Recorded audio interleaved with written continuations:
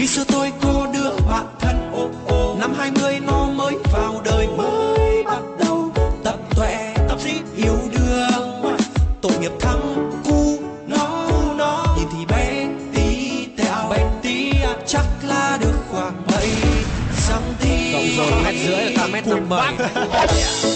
Tôi với nó có tí lệch pha, nhưng mà tôi với nó rất thích thổi kèn saxophone vì là đam mê.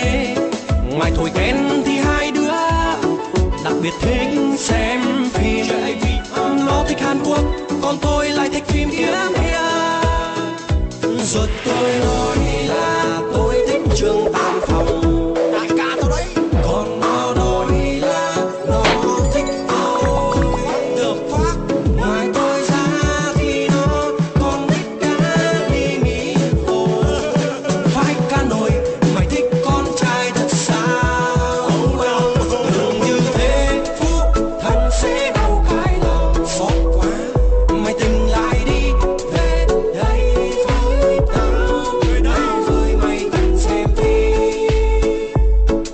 Hôm nay đang đèo nhau đi ra ngoài đường ăn xôi, ăn xong về ghi con để lên trên giường hai thằng lại xem phim. Hôm nay bố mẹ mình đi vắng, anh sẽ mở bút lên là khói trắng. Nó với tôi nghẹn ngào nhìn nhau mà không thằng nào chịu lấy điều khiển tivi. Tao như Trương Tam Phong của tao, mày như Lee Min Ho của mày á. Trương Tam Phong của tao giỏi có hào hoa đẹp trai phong nhã vô địch thiên hạ. Thế làm sao mà mày lại vẫn gái ta? Thế xong rồi nó đứng lặng im mắt, nó rơi lệ. Khóc à? Nhìn nó khóc mà tôi khóc theo. Rồi nó nói tại sao mày lại thêm chiếc dép này, chúng vào mồm và vẫy hai răng của tao. Ai à? Vẫy mẹ răng rồi. Tôi với nó chia tay.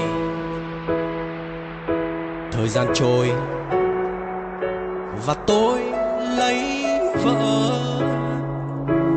Còn thằng kia thì đã làm vợ của người ta rồi. Quá đau lòng vì mất cái thằng bạn thân.